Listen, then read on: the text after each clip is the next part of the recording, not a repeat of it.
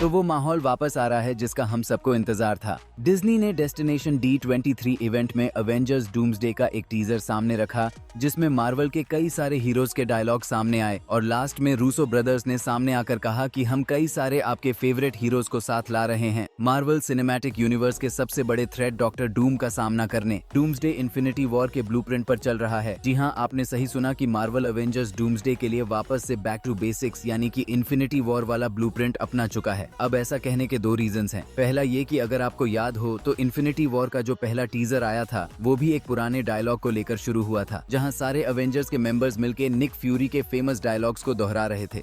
और फिर back to back सारे हीरोज का एक मोन्टाज था। और अवेंजर्स डूम्सडे की टीजर के साथ भी यही टेक्निक यूज की गई है, पर इससे भी जबरदस्त सिमिलरिटी ये है कि आपको इन्फिनिटी वॉर से पहले आया हुआ वो बिहाइंड द सीन टीजर भी याद होगा, जहां रूसो ब्रदर्स, केविन फैगी और बाकी स्क्रीन प्ले राइटर्स बैठकर इन्फिनिटी वॉर के विजन को एक्सप्लेन कर रहे थे और ये स्टाइल भी इस बार डूम्सडे के लिए फॉलो किया गया। तो हम देख सकते हैं कि मार्वल अपने पुराने ट्राइड एंड टेस्टेड तरीके पर लौट चुका है। अब इस एनालिसिस पर हम वापस लौटेंगे, पर उससे पहले बात करते हैं D23 में दिखाया गया टीजर की। वो बेसिकली उन सारे कैरेक्टर्स का मोन्टाज है जो अभी तक डूम्सडे के लिए अनाउंस कर दिए गए हैं। अभी मूवी के प्लॉट से रिलेटेड कुछ भी नहीं बताया गया है, पर इस सिजल रील टीजर में एक हिंट छुपा हुआ है इन सभी कैरेक्टर्स को लेकर जो हमें मूवी में दिखने वाले हैं, क्योंकि हम सब जानते हैं कि रूसो ब्रदर्स कुछ भी बिना पॉइंट के कुछ नहीं करते हैं। तो आइए जानते हैं इस टीजर को। तो इस टीजर में जो मोन्टाज सामने आया है उसमें उन हीरोज की प्रीवियस मूवीज की क्लिप सामने आई है डायलॉग्स के साथ, और ये कोई रैंडम डायलॉग्स नहीं है। इन डायलॉग्स से कहीं ना कहीं हमें हिंट मिल रहा है कि इन कैरेक्टर्स के आर्क क्या होने वाले हैं डूम्सडे में। तो टीजर में सबसे पहले दिखा हमारा थॉर और उसके लिए Thor love and thunder movie से डायलॉग लिया गया है, जहां वो कह रहा है we could pull together the greatest team ever. अब इस डायलॉग से हम समझ सकते हैं कि अवेंजर्स डूम्सडे को लेकर जो रिपोर्ट्स आ रहे थे कि थॉर इस बार हमें अवेंजर्स को लीड करता हुआ दिख सकता है, वो कहीं ना कहीं सच होने वाला है, क्योंकि थॉर के इसी स्पेसिफिक डायलॉग को यूज करने के पीछे कुछ तो रीजन होगा और ये डायलॉग सिग्निफाई करता है कि थॉर डूम से डील करने के लिए या इनकर्जन से डील करने के लिए या तो एक टीम बनाएगा या तो किसी टीम को लीड करेगा। अब थॉर के बाद हमें टीजर में दिखता है सैम विल्सन और सैम के लिए ब्रेव न्यू वर्ल्ड का डायलॉग रखा गया, जहां वो कहता है if we can't see the good in each other we have already lost a fight. अब इस डायलॉग से हमें बहुत बड़े हिंट मिल रहे हैं, क्योंकि ये डायलॉग स्पेसिफाई करता है कि जब दो अलग तरह के साइड्स साथ आते हैं तो हमें एक दूसरे के अंदर अच्छाई को देखना चाहिए, तभी हम जीत पाएंगे। यानी कि अवेंजर्स डूम्सडे मूवी में जब अवेंजर्स और एक्समैन की फाइट रिजॉल्व हो जाएगी, क्योंकि उन्हें समझ आ जाएगा कि हमें आपस में लड़ना छोड़कर डूम से लड़ना चाहिए, तब उस टीम का लीडर सैम बनेगा जिसमें अवेंजर्स भी होंगे और एक्समैन भी। अब सैम के बाद बारी आती है शूरी की और हमें वकांडा फॉरएवर से शूरी का डायलॉग सुनाया जाता है, जिसमें वह कहती है now is our time to strike. अब इस डायलॉग के क्या मायने हो सकते हैं? अब हमारे हिसाब से दो चीजें यहाँ हो सकती है। पहली ये कि जब इनकर्जन शुरू होगा तब म्यूटेंट्स की एक टीम वकांडा पर भी अटैक करेगी, जिसका जवाबी हमला शुरू कर सकती है, ये कहते हुए कि अभी ही मौका है जवाब देने का। या दूसरी बात ये कि डूम के अगेंस्ट वकांडा का भी अपना फ्रंट हो सकता है, जहाँ वो डूम से निपटने के लिए एक रेजिस्टेंस फोर्स क्रिएट करने का प्लान बनाएंगे, क्योंकि कॉमिक्स में भी वकांडा ने कभी हार नहीं मानी थी और वह रेजिस्टेंस फोर्सेस में शामिल थे। तो शूरी रेजिस्टेंस फोर्स की लीडर हो सकती है।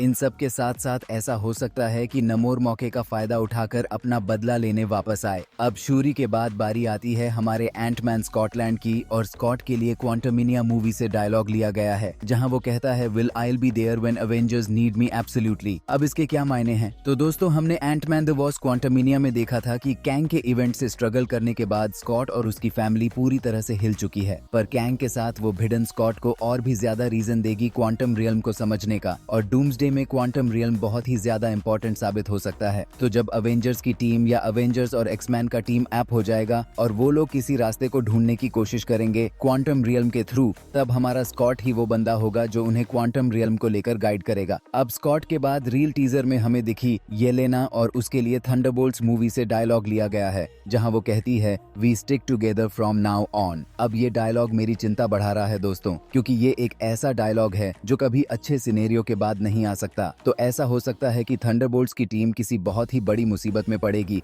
जिसके बाद उन्हें सर्वाइवल मेजर्स पर जाना पड़े। पर ऐसा क्या हो सकता है थंडरबोल्ट्स के साथ? तो या तो सेंट्री का हार जाना उनके मोराल को तोड़ कर रख देगा, या तो येलेना का ये डायलॉग डूम्सडे के एंड में आ सकता है, जब हीरोज की सारी टीम हार चुकी होगी और बचे हुए कुछ हीरोज बैटल वर्ल्ड में भटकने पर मजबूर हो जाएंगे। अब येलेना के बाद हमें दिखता है हमारा नया फैल्कन और हमें सुनाई देता है उसका dialogue, that pressure that responsibility I want that too. अब इस डायलॉग के दो ही मतलब हो सकते हैं। पहला ये कि फैल्कन भी वन ऑफ द सर्वाइवर्स में से हो और उसे अब फाइनली स्टेप अप करने का मौका मिले एक सोल्जर से हीरो बनने का, या फिर यह फैल्कन का अंत भी हो सकता है जहां उसे फील हो कि एक हीरो बनने का प्रेशर कितना ज्यादा होता है। वहीं डैनी के बाद बारी आती है रेड गार्डियन की, तो रेड गार्डियन के लिए थंडरबोल्ट से ही उसका डायलॉग लिया गया है जहां वो कहता है, this the makings of A team that can bring light from the darkness. अब ये डायलॉग हमें बता रहा है कि या तो यहाँ उस टीम की बात हो सकती है जो अब फाइनली डूम का सामना करने जा रहे हैं डूम्सडे में, या तो ये मूवी की एंडिंग में हो सकता है जहां अब सारे सर्वाइवर्स को मिला के वो टीम बनी है जो अब डूम से उसके लिए बदला लेने वाले हैं। पर अब टीजर में आता है फिलहाल एमसीयू का सबसे इम्पोर्टेंट कैरेक्टर यानी कि लोकी, और लोकी के लिए उसके सीरीज से उसका डायलॉग लिया गया है जहां लोकी कहता है, raising things to the ground is easy, trying to fix words broken is hard. अब इस डायलॉग के बहुत सारे मायने हो सकते हैं, पर मेनली मैं यहाँ दो एक्सप्लेन करने वाला हूँ। पहला मतलब ये हो सकता है कि यहाँ हम लोकी और डूम के बीच की कन्फेशन देख सकते हैं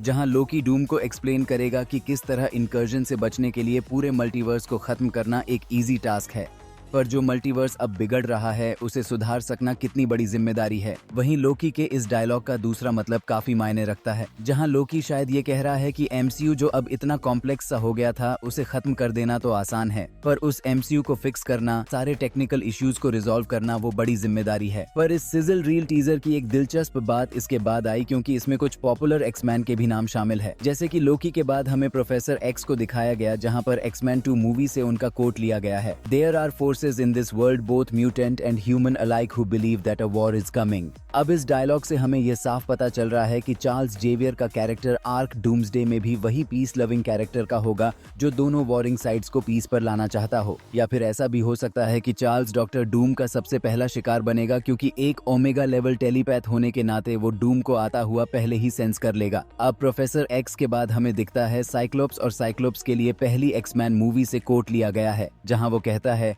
If anything happens, I will take care of them। अब ये डायलॉग वाकई जबरदस्त है क्योंकि ये थोड़ा सा फॉरबिडन वाइब दे रहा है, और या तो हमें कुछ ऐसा दिखने वाला है जहां प्रोफेसर एक्स की डेथ के बाद साइक्लोप्स पूरी तरह ऑल आउट जाने की सोच चुका है, या तो फिर हमें क्लासिक साइक्लोप्स दिखने वाला है जो कि एक्समैन का एक रूथलेस लीडर है जो सिर्फ और सिर्फ अपने मिशन के सक्सेस के बारे में सोचता है। अब साइक्लोप्स के बाद हमें मोस्ट प्रोबेबली डूम्सडे के सबसे इंपॉर्टेंट कैरेक्टर्स में से एक रीड रिचर्ड्स दिखता है, और रीड के लिए फैंटास्टिक फोर फर्स्ट स्टेप से ही डायलॉग लिया गया है जहां वो कह रहा है, today we are your defenders, we will protect you. अब ये डायलॉग सिग्निफाई करती है एक फ्यूचर इवेंट को, क्योंकि फैंटास्टिक फोर फर्स्ट स्टेप्स में भी फ्यूचर में होने वाले गैलेक्टिक इवेंट के बारे में रीड बात कर रहा होता है, और शायद वही सिंबलिज्म यहाँ भी हो जहाँ बाकी सारे हीरोज के साथ साथ रीड रिचर्ड्स का एक अलग ही मिशन होगा जहाँ वो ये डिसाइड करेगा कि अब पूरे मल्टीवर्स को वो बचाकर ही रहेगा और वो किसी को कुछ नहीं होने देगा, और शायद फिर रीड निकल पड़े अपनी एक टीम बनाने के लिए जैसे कॉमिक्स की सीक्रेट वॉर्स में भी हुआ था। और फिर सबसे आखिर में ये टीजर खत्म होती है शूरी के यही बॉम्बे चिल्लाने से, जो एक जबरदस्त वकांडन वॉरकाय होने के साथ साथ लेट चैडविक बोसमैन के लिए भी ट्रिब्यूट हो सकता है, जहां इन्फिनिटी वॉर के टीजर के एंड में हमें उनका ही ये हिबाम्बे सुनने को मिला था, और ये दिखा रहा है कि किस तरह से शूरी अब कम्प्लीटली रेडी है ब्लैक पैंथर के मेंटल और एक प्रोटेक्टर की जिम्मेदारी के लिए।